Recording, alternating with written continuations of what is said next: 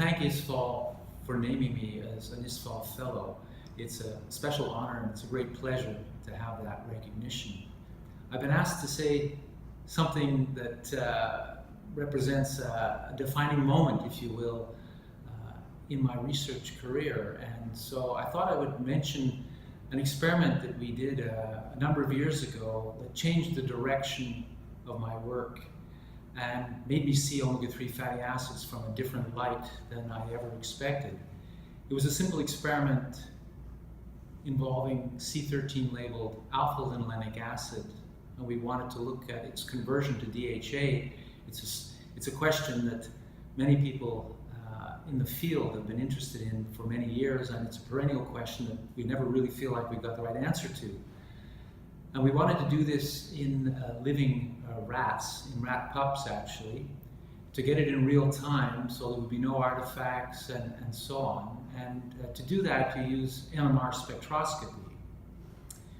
And the bottom line is that what the method showed, what the experiment showed, was that there was a lot more conversion of the labeled alpha-linolenic acid to cholesterol and to palmitic acid than there was to DHA. So we got the answer that we were expecting, in the sense that we could see in real time the accumulation of DHA in a living animal. The surprise, the shock almost, was that there was a lot more label going outside the omega-3 fatty acid pathway than was retained in it, which made me confront the idea that we have to try to understand how omega-3s are being metabolized to these other lipids that are synthesized de novo. And we confirmed with the lipid extracts and isotope ratio mass spectrometry that in fact there was about 20 times more label in cholesterol. And we then learned that there was an old literature that had looked at this, and that the pathway involves ketones, ketone production, beta oxidation of the alpha-linolenic acid, and ketone production.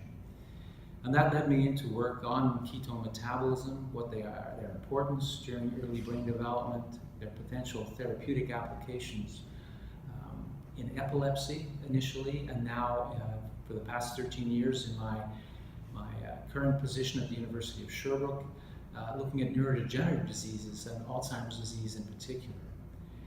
And this started with a classical, simple omega-3 experiment, and it led us into a whole new area that we never expected, and it's become the dominant theme of my work over the past 10 years.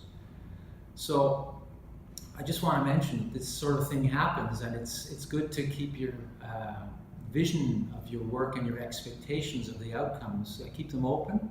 It's good to try new methods that you're not familiar with, because techniques and technology often drive science. We think all our good ideas are sort of hypothesis driven, but in the end, often it's a new method or a new approach that can be tried out that in fact leads to some new results or unexpected results. And I think it's fundamentally important to stay grounded in our field, is to try and confirm or test ideas by different methods, some of which maybe you may not be familiar with. And a certain degree of scientific naivety is a good thing, because it helps us confront the way we interpret and the expectations we have.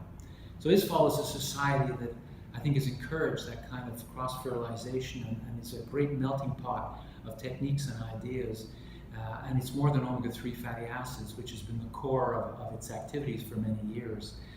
And so I think that experiment and the way it opened me up to new areas represents the ISFAL experience, if you will, and I'm sure many of you have the same sort of experience to tell. And I'm just glad that to be part of ISFAL and to share it with you today and to have this recognition. Thank you very much.